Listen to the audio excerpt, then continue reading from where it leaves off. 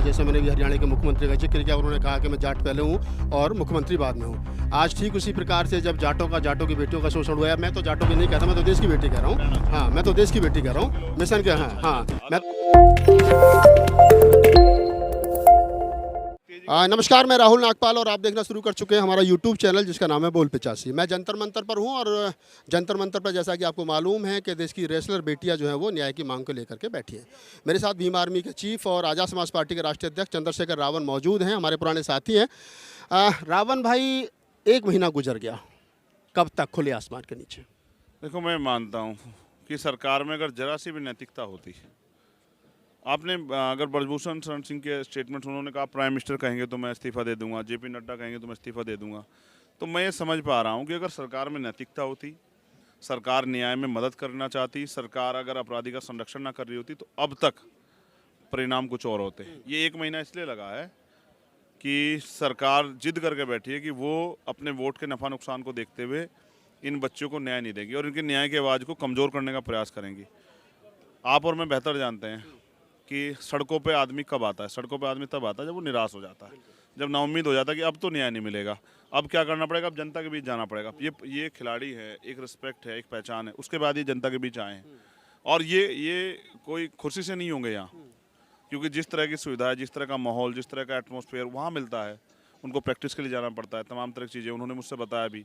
कल हम चर्चा कर रहे थे, इंटरनेशनल जो एथलेटिक्स है उनके सपोर्ट की बात चल रही थी। कुछ लोग करने के तैयार थे, मैंने उनको रोका कि अभी रुक जाओ। मुझे लगता है कि प्राइम मिनिस्टर जो है देश से तो प्यार करते होंगे, तो कम से कम वो इस बात को समझेंगे कि जब इंटरनेशनल मानक पे जो है, स्टैंडर्ड पे जो है मामला उठेगा तो फिर उनकी इस बात की चर्चा होगी कि भाई वहाँ तो इतने जो है जो खिलाड़ी और वो हैं उनको ही समर्थन नहीं मिल रहा है, तो आम आदमी का क्या हाल होगा। तो इसलिए जो है मैंने कहा इससे देश के अपमान होगा। लेकिन देश के जो सरकार है उनको इस बात की कोई परवाह नहीं, उनको एक ही परवाह है कि उनकी वोट का नफा नुकसान ना हो। आपने कहा कि ये तो क्या नाम है, गोल्ड मेडलिस्ट हैं, ओलंपिक में गोल्ड मेडल जीते हैं, बड़े मजबूत घरानों से भी आती हैं, मजबूत कम्युनिटी से भी आती हैं। लेकिन वो लड़कियां जिनको ईख के खेत में, गांव में, खलिहान में, जिनका शोषण करके, चाहे आप हाथरस कांड में आप खुद भी गए, हाथरस कांड और हाथरस कांड जैसे कितने कांड होते हैं देश भर में जिनकी FIR तक नहीं होती है। तो ऐसे में लगता है कि उन बेटियों को, जब इन बेटियों की नहीं सुनी जा रही, तो उन बेटियों के लिए जहाँ चंद्रशेखर जाकर के पीठ पर लाठी खाते हैं, उनको कैसे ऐसे देश में ऐसे लोकतांत्रिक तरीके में न्याय मिल पा रहा है? देखिए, जब मैं यहाँ आया था ना, तो मैंने खाप के भी लोग थे, तमाम लोग, मैंने उनके सामने ये बात रखी कि आप ये सोचो कि आज क्या माहौल है देश में, जब इन बेटियों के साथ ये हालात हैं जिनकी बात को मीडिया सुनने के लिए आ रही है, मेन स्ट्रीम मीडिया के लोग पूछ रहे हैं, जो बेटियां जिनकी बात जो है गांव से बाहर भी नहीं जा पाती, उनके साथ क्या हालात होते होंगे। और मैंने कहा हम तो उनकी लड़ाई भी लड़ते हैं। तो ऐसा ना, मैं समझता हूँ कि चीज़ों का एहसास होता है। हमें तो आदत है, हम तो NCRB का डाटा भी देखते हैं, हम तमाम तरह की चीज़ों को भी पढ़ते हैं और रोज़ अन्याय में शामिल रहता है। हम पे एक बड़ा संगठन है, गांव देहात तक वो संगठन है, हर मामले में खड़ा होता है। इससे भी, ये तो सिर्फ ये है, हमने इससे बड़ी बड़ी घटनाएं देखी जहाँ जिंदा जला दिया, रेप करके जो है तमाम तरह के जो प्राइवेट पार्ट को नुकसान पहुँचा दिया, इससे भी बड़ी बड़ी घटनाएँ होती है।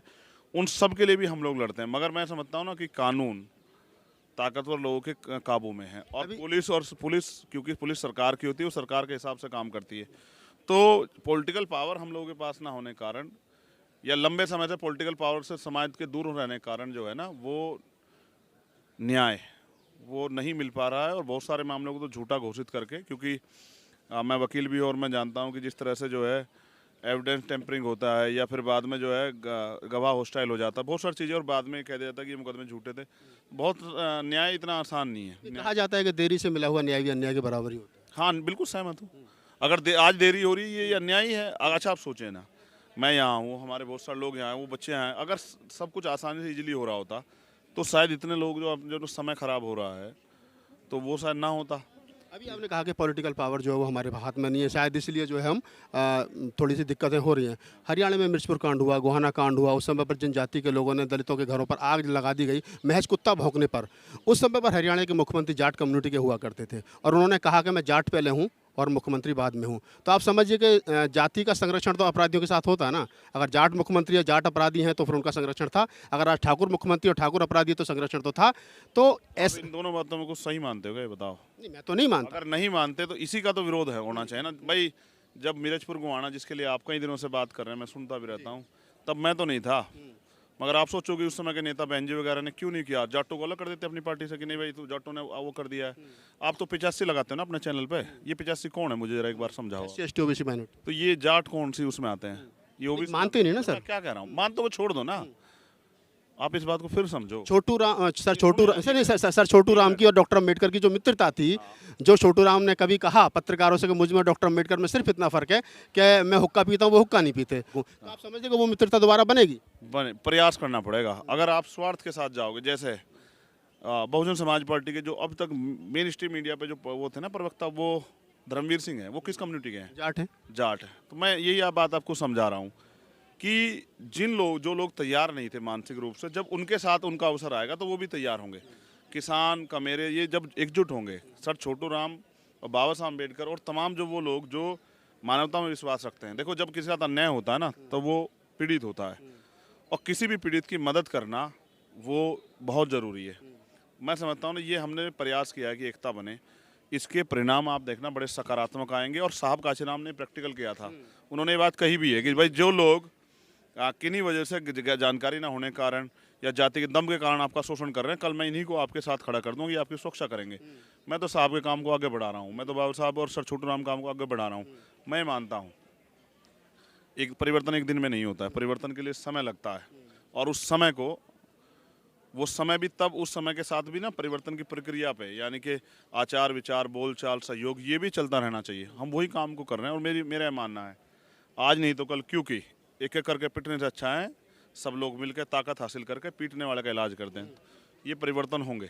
आप अगर जाट समाज की बात करोगे, पश्चिम में मैं और जैन जी जब मिले तो हमने खतौली जीता, और बहुत सारी सीटें ऐसी हैं कि जिन पे हमने इस बार विजय हासिल की। और फिर हरियाणा में भी दलित जाट एक बड़ा वो फैक्टर है, और राजस्थान में भी दलित जाट एक बड़ा फैक्टर है। और हम बात करते हैं बीजेपी को हराने की, बात करते हैं मोदी जी को सामना करने की, और इतने बड़ी ताकत को हम दूर रखें अपने से, तो ये मैं समझता हूँ तो राजनीतिक बेवकूफ़ी भी है। अच्छा, एक सवाल है चंद्रशेखर भाई, और सवाल ये है कि जो अभी बात आपने कही उसी में मैं जोड़ता हूँ कि जब दलितों का शोषण होता था, तो जैसे मैंने भी हरियाणा के मुख्यमंत्री का जिक्र किया, उन्होंने कहा कि मैं जाट पहले हूँ और मुख्यमंत्री बाद में हूँ।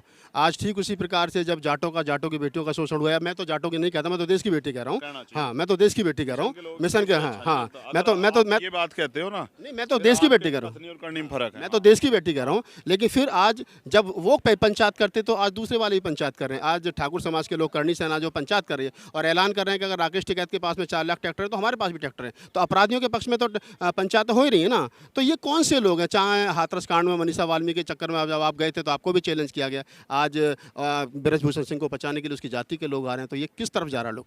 देखो मेरी बात सुनो, मैं उनके पक्ष में भी नहीं था, पिछले वालों के इनके पक्ष में भी नहीं हूँ। मैं अन्याय के और संविधान के खिलाफ कोई भी कुछ करता उसके पक्ष में नहीं। और देखो फिर मैंने आपको पिछली बार भी कहा था कि बाबा साहब अम्बेडकर ने कहा किसी भी देश की तरक्की मैं उस देश में रहने वाली महिलाओं की तरक्की से मानता हूँ।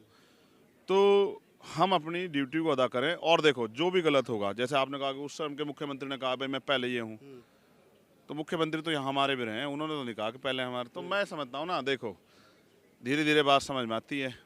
अब अन्याय हुआ तो ये बात समझ में आएगी कि इंसानियत बड़ी होती है। जात तो हम तो ये मानते हैं ना, जात इंसान ने बनाई नहीं है ना, जात तो बनाने वाले ने अपने फायदे के लिए बनाया। हम तो जातिहीन समाज की बात करते हैं।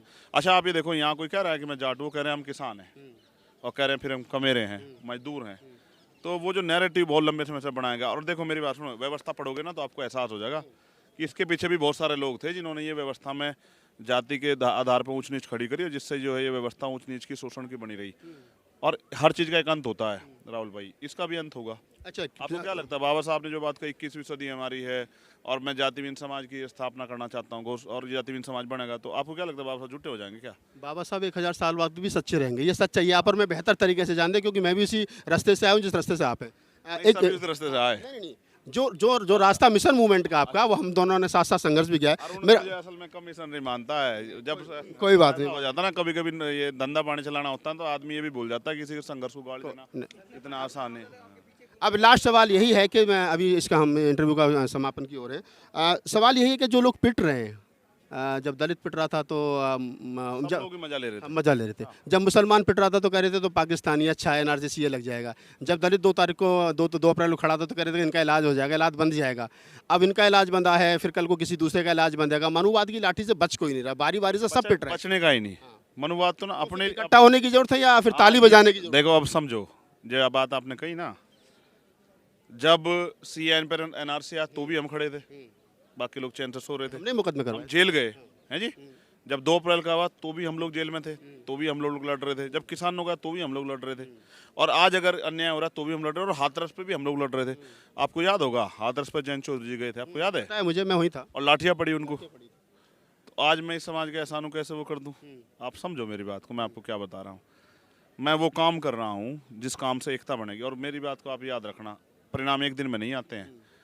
जिस दिन ये किसान का मेरे इकट्ठे होंगे, देश की राजनीतिक व्यवस्था बदल जाएगी। आप मेरी बात को याद रखें, और इतिहास गवाह है, चौधरी चरण सिंह जी और बाबू जगजीवन राम को पढ़ के देखोगे तो आपको पता लगेगा। चौधरी चरण सिंह, बाबू जगजीवन राम, बाबा साहब डॉक्टर अम्बेडकर, सर छोटू राम, चौधरी महाराज सिंह भारती और बीपी मौर्य, ये तमाम लंबी लंबी लंबी लिस्ट है। जब चौधरी महाराज सिंह मगर ये सांसद इकट्ठे होने चाह ना, जब चौधरी महाराज सिंह भारती सांसद बने थे 68 में, और उनके पास रहने की जगह नहीं थी, महाराज सिंह भारती ने अपना बंगला ऑफर किया था बीपी मौर्य को। कुंभाराम आर्य जी, ऐसे बहुत सारे लोग हैं जिनके इनको हम महापुरुष की श्रेणी में रखते हैं, जिनकी वजह से परिवर्तन हुआ है।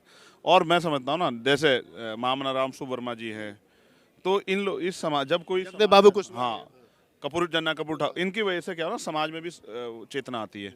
और मेरा मानना है राहुल भाई, चेतना आएगी तो परिवर्तन भी होगा, और अब आने वाले दिन अच्छे होंगे। चलिए, मैं वाले नहीं होने के कि अच्छे दिन अब आएंगे। मैं यही कहूँगा, बहुजन समाज के लिए अच्छे दिन आओगे आप मैं देखना। मैं लास्ट में यही कहूँगा कि आप आंदोलन का हिस्सा हैं, तो मेरी तरफ से एक सुझाव है, एक बहुजन एक्टिविस्ट और पत्रकार होने कवि होने के नाते, कि यहाँ पर आप सर छोटू राम, बाबा साहब डॉक्टर अम्बेडकर, भगत सिंह की किताब मैं नास्तिक हूँ, ये किताबें भी थोड़ी सी बंटवाओ ताकि लोग मूवमेंट को भी समझ सकें। नहीं, हम तो इनको अंदर बैठ के भी समझाते हैं आपको। ऐसा अच्छा आप देखते नहीं, सब लोग आते हैं, जय भीम करते हैं, सर छोटू राम बाबू साहब की बात करते हैं, ये हम ही तो समझा रहे हैं। चलिए, तो आप हमारे मित्र थे, संघर्ष के दिनों के साथी हैं, चंद्रशेखर रावण, भीम आर्मी चीफ है और आज़ाद समाज पार्टी के राष्ट्रीय अध्यक्ष हैं। और इनसे बातचीत करने का मतलब सिर्फ इतना भर था कि ताकि ये पता चल सके कि जो लोग सोशल मीडिया पर ये चला रहे हैं मिर्चपुर कांड, गोहाना कांड, हमने भी उसकी शुरुआत की और लोगों से जवाब पूछे कि हम आपके साथ खड़े क्यों हों, तब आपने हमारे साथ ऐसा किया। लेकिन अगर एहसास कराने के बाद में साथ खड़े हो जाएं और सब लोग मिलकर के इकट्ठे हो जाएं, तो शायद बहुजन समाज बनने में आसानी हो। और जो बहुजन समाज के पुरखों ने एक सपना देखा था 85% समाज का, तो वो बनेगा। और फिर वही कहूँगा कि 85 तो हमारी है और 15% में भी भागीदारी है। मैं राहुल नागपाल, कैमरामैन अर्जुन गौतम के साथ, जंतर मंतर।